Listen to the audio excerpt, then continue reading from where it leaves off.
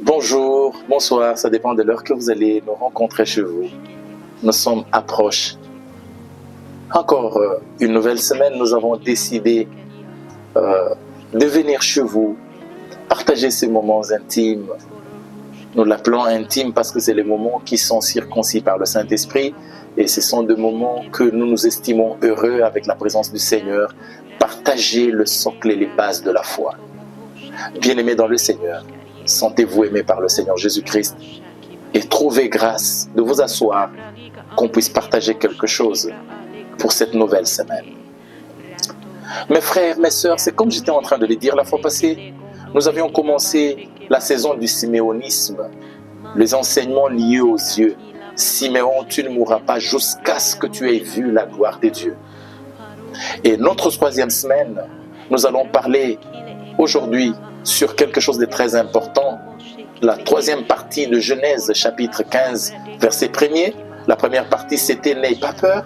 La deuxième partie, c'était « Je serai ton bouclier ». Et la troisième partie, c'est « Ta récompense sera très, trop grande ». D'entrée de jeu, nous voudrons vous dire que Dieu, c'est un Dieu des récompenses. Dieu paye. Les aînés et les prédécesseurs, le fondateur de la foi que nous avons, ont dit tout ce qu'un homme aura sémé, il les moissonnera. Mais sûrement, il y a des choses aussi que l'on récolte mais qu'on n'a pas sémé. C'est pour vous dire que la vie que nous n'avons pas sémée, nous la récoltons, c'est au moyen de l'amour de Dieu. L'amour de Dieu n'a pas de définition. Parce que si nous devons nous mettre à définir l'amour de Dieu, j'ai essayé d'écrire un livre sur ma thèse. J'étais en train de vouloir comprendre le secret du serment de l'amour de Dieu. J'ai réalisé que l'Éternel donne la vie à tous ceux qu'il veut et quand il veut. Le verset dit ceci. L'ange de l'Éternel campe autour de ceux qui craignent Dieu pour les arracher du danger. Alors ma question de curiosité sur l'amour de Dieu, est-ce que tous ceux qui ont vécu la grâce de Dieu d'avoir la vie aujourd'hui ont eu la crainte de Dieu? Je réponds non. Mais comment ont-ils la vie? C'est là que j'ai découvert le base de l'amour de Dieu. L'amour de Dieu, c'est les potentiels dont il s'est décidé lui-même sans témoin ni violence pour faire du bien à qui il veut pendant qu'il le veut et pourtant qu'il le veut. Même les gens qui font du mal aux autres, le Seigneur leur accorde le soleil, il leur donne de l'eau à boire. Alors, il est important de comprendre cette notion de la récompense ou la notion du salaire. Nous allons parler aujourd'hui sur le salaire que Dieu donne à tous ceux qu'il veut s'investir dans leur vie. Nous avons pris un verset encore pour vous, bien-aimés dans le Seigneur. Je pense que vous n'allez pas vous fatiguer de nous. Nous sommes en Genèse chapitre 22 et aujourd'hui nous allons lire le 7e verset et le 8e. La Bible dit « Alors Isaac s'adressa à son père Abraham en disant « Mon père ». Il répondit « Mais voici mon fils ». Isaac reprit « Voici le feu et le bois, mais où se trouve l'agneau pour l'holocauste ?» Abraham répondit, mon fils, Dieu pourvoira lui-même l'agneau pour l'holocauste. Ils continuèrent à marcher tous les deux ensemble. Ils continuèrent tous les deux à marcher ensemble. Quand je dois vous parler sur cette affaire de récompense ou sur cette affaire des salaires, je voudrais vous dire que l'Éternel a prévu deux types de salaires. Est-ce que je vais bien parler? Est-ce que j'aurai le temps? Mais je n'ai que 20 minutes. Nous avons le salaire sable et les salaires étoiles. Parce que dans la vie prophétique d'Abraham, Dieu a dit à Abraham que tu seras rémunéré de sable de la terre. Tu auras les enfants à compter comme le sable de la terre et tu auras des enfants à compter comme les étoiles dans les cieux. Abraham était-il fort pour compter les étoiles? Je ne sais pas. Était-il fort pour compter les graines de sable? Je ne sais pas. Mais nous allons comprendre avec la suite. Pourquoi la bénédiction de Dieu ou les salaires de Dieu devrait-il s'étendre au nombre des étoiles et au nombre de sable? Vous devrez convenir avec moi que Dieu bénit l'homme sur deux facettes. La facette matérielle qui est physique et la facette spirituelle. Celle dite spirituelle, c'est celle qui est à comparer aux étoiles, et celle qui est dite matérielle, c'est celle qui est à comparer au sable de la terre. Pourquoi comparer au sable de la terre? Car dans la loi de la création, Dieu a créé l'homme avec la terre. C'est pourquoi dans le pouvoir des avoirs, il n'y a pas de avoirs sans vie relationnelle. Les matériels et ses puissances sont cachés dans des relations. C'est pourquoi un enfant est celui qui dérange et brise les relations. Cultiver, entretenir des relations, c'est bénir et c'est prier Dieu. Prier Dieu n'est pas seulement parler, mais entretenir et protéger les relations, c'est aussi une forme de prière pour avoir la vie matérielle stable. Tu as besoin d'argent, tu as besoin de relations, de voyages, de grandes choses. Ne sois pas beaucoup dans la prière si tu n'as pas de belles relations avec des gens. Prier, c'est aussi... Est-ce que vous comprenez ce que je vous dis? Prier, c'est aussi avoir des belles relations, le cultiver, les entretenir. Si tu es dans une bonne relation avec une femme qui fait des affaires à Turquie, tu peux te retrouver en train de partir à Turquie parce que tu as de belles relations que tu as entretenues. Et pour les étoiles du ciel, il faut avoir des relations avec les étoiles du ciel. Les étoiles des cieux, ce sont le don. Dieu a mis dans chacune de nous le don. À partir de nos dons, nous pouvons nous connecter facilement avec ceux d'autres qui ont des dons et les dons peuvent créer l'expansion de dons. Est-ce que vous comprenez cela? Dieu nous paye au travers de dons. J'ai déjà vu quelqu'un fructifier sa vie juste à partir du don de chanter. J'ai déjà vu quelqu'un fructifier sa vie juste à partir du don de parler. Comment voulez-vous comprendre un journaliste de mon pays, de son état, il ne parle que de propos du pays. Mais pour cet amour de vouloir parler devant une multitude de gens, il a été nominé, il est devenu ministre, il a payé de maisons par sa bouche. Le don de la bouche lui a donné une maison. J'ai vu aussi quelqu'un par le pied, il jouait au foot et le don de foot lui a donné des choses de la vie. Donc le don que Dieu met en nous spirituellement nous attire des choses. Alors il faut savoir le cultiver, le entretenir et le protéger. Dieu ne nous bénira jamais en dehors de la loi relationnelle et en dehors du don qui nous vient au moyen de l'esprit. Est-ce que vous avez retenu cette leçon? Alors, il ne suffit pas de déranger l'Éternel dans la prière. Bénis-moi, donne-moi de l'argent si tu n'es pas mature dans la gérance des relations. Je te pose la question. Tu veux le salaire de Dieu? Est-ce que tu sais gérer la relation humaine?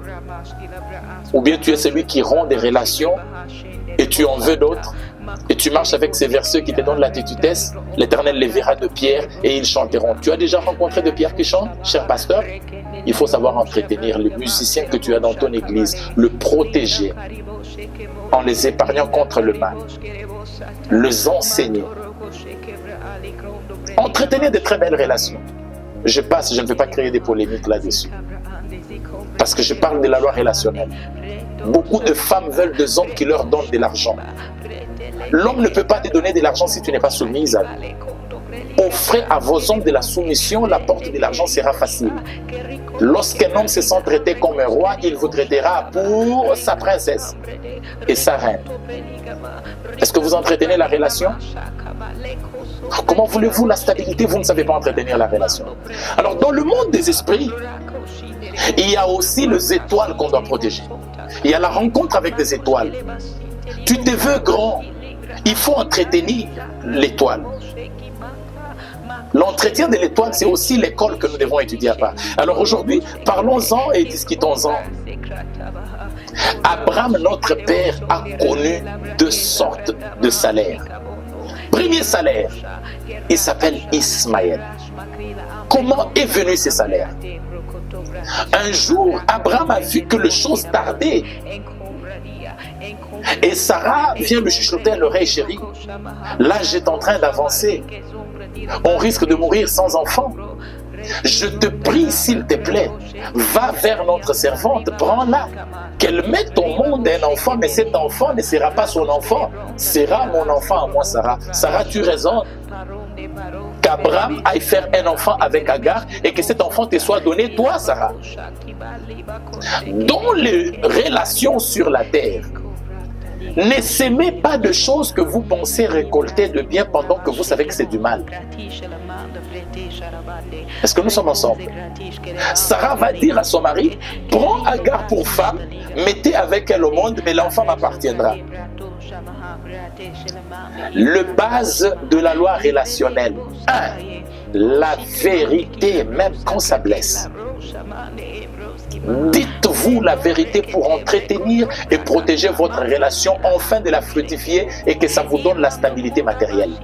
Lorsqu'il n'y a pas la vérité pour base dans chacune des relations que vous entreprendrez, soit pour la vie, soit pour l'argent, vous mettez le base sur le sable. Et demain, vous allez vous séparer. À cause de l'absence de la vérité qu'Abraham avait voulu croire pour une vérité absolue, Isaac n'a pas accepté la présence d'Ismaël. Il n'y aura jamais la relation entre le sable et les étoiles. La Bible dit, Agar est entrée dans la chambre d'Abraham. Il y est sorti avec la grossesse. Mais je pose la question à Agar. Tu es parti chez Abraham faire quoi? Il dit, je suis domestique. Comment te retrouves-tu avec la grossesse? Apprenez à définir vos relations de ce que vous êtes en train de faire. Ne mélangez pas de choses dans la loi relationnelle. Ne faites pas le mélange. Je sais que ça va blesser beaucoup de personnes, mais c'est une vérité, je dois dire. Tu es homme de Dieu, tu es dans les affaires. Les affaires, c'est vu avec un peu des mensonges. Comment tu fais les choses en étant homme de Dieu et travaillant dans les affaires? C'est que tu es dans les mensonges. Je vais dire quelque chose, pas pour choquer. Il n'y a pas de bénéfice sans tomber sur la sueur de quelqu'un. Vous faites comment pour maximiser vos bénéfices d'une chemise que vous avez payée à $3 à Dubaï et venir la revendre à un innocent à $50 au Congo? Vous avez usé de la sueur de quelqu'un en voulant le tuer pour gagner de sa sueur. Et vous appelez ça malice? Tout ce qu'un homme aura sémé, il le moissonnera. La vérité doit être dite. Alors, Agar est venue dans la vie d'Abraham pour l'aider. Mais Agar se retrouve avec la grossesse. J'ai aimé cette partie.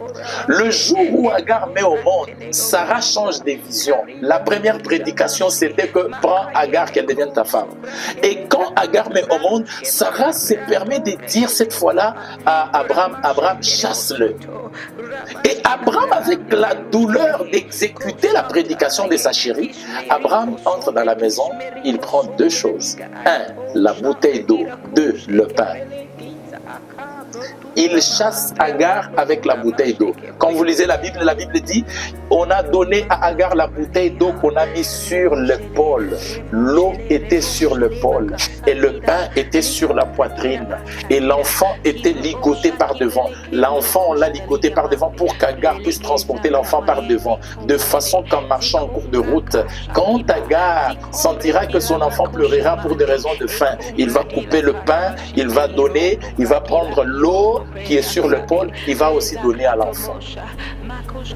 L'eau représente la parole de Dieu, représente le ministère et l'onction. Le pain représente la parole de Dieu qui est conservée au-dedans de son cœur. C'est comme ça que vous conviendrez avec moi. Beaucoup de hommes de Dieu qui ont fait l'évangile comme marchandise ou comme commerce, la parole qui leur avait donné sur l'épaule leur a amené des grades que eux-mêmes se sont tirés par l'amour de l'argent et a commencé à les mettre sur le chemin de l'amour. Souvenez-vous, chez les Romains, on reconnaît un militaire par ses grades. Et les grades de chaque militaire, même au Congo, sont reconnus sur son épaule. C'est comme ça qu'il y a eu interdiction dans la loi juive, que parmi les sacerdoces, on ne peut pas manger les épaules des oiseaux. Pourquoi? Parce que sur les épaules, on y mettait le pouvoir de la reconnaissance du pouvoir qui était visible. C'est comme cela que Abraham a pris l'eau, il l'a placé sur l'épaule. Beaucoup de hommes de Dieu qui ont voulu marchander et commercialiser avec la parole de Dieu, en vendant de l'eau, en vendant de l'huile, en vendant de pommes. Dieu n'est pas dans le pomme, Dieu n'est pas dans l'eau, Dieu n'est pas dans l'huile. Mais Dieu peut passer par ces choses-là. Ce n'est pas une doctrine, mais il peut passer en prenant la forme. Mais si vous en commercialisez, vous finissez finirez comme Agar. Vous avez pris de votre vie et vous l'avez fait une doctrine.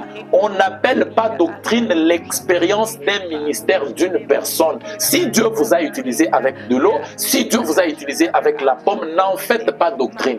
La doctrine est la parole qui nous a été léguée par les disciples. C'est ça la base de la saine doctrine. L'eau était sur l'épaule. Vous vous imaginez? Agar prend de l'eau, il donne à Ismaël. Ismaël boit de l'eau, on coupe le pain. Tellement que le chemin du désert était trop long. Le pain est fini, l'eau est finie. Tu peux avoir l'appel de Dieu qui vient d'Abraham, mais parce que tu n'es pas dans la vérité, tu aimes l'amour de bien, tu aimes l'amour matériel, l'amour de l'argent. Il y aura la séparation entre toi et Abraham sur la demande de Sarah. Tu peux même faire l'église, tu auras même beaucoup de gens. Le monde va t'acclamer, l'internet va t'acclamer, il n'y a pas de problème. Mais à un moment donné, il y aura sécheresse d'eau, il y aura sécheresse de pain. Et tu jeteras l'enfant. Est-ce que je parle à quelqu'un? La Bible dit, quand Agar a jeté l'enfant, l'enfant est tombé dans le sol. Nous sommes dans les déserts de Beersheba. L'enfant qui est tombé dans le sol a commencé à pleurer. Agar, en jetant l'enfant, il ne s'est pas rendu compte que là où il a jeté l'enfant, il y avait des arbrisseaux, les arbres possédant des épines. Ces arbres ont dû piquer l'enfant et l'enfant a crié fort. Pendant que l'enfant criait, l'Éternel n'a pas écouté les pleurs de l'enfant, mais il a écouté l'enfant qui pleurait, ceci comme s'il demandait de l'eau. C'est alors que Dieu créa un miracle où l'eau jaillit dans le désert. C'est à partir du pleur, pas d'Agar, mais du pleur d'Ismaël. Vous savez pourquoi Dieu a sauvé Ismaël dans ce temps-là? Parce que Ismaël venait de la ceinture d'Abraham.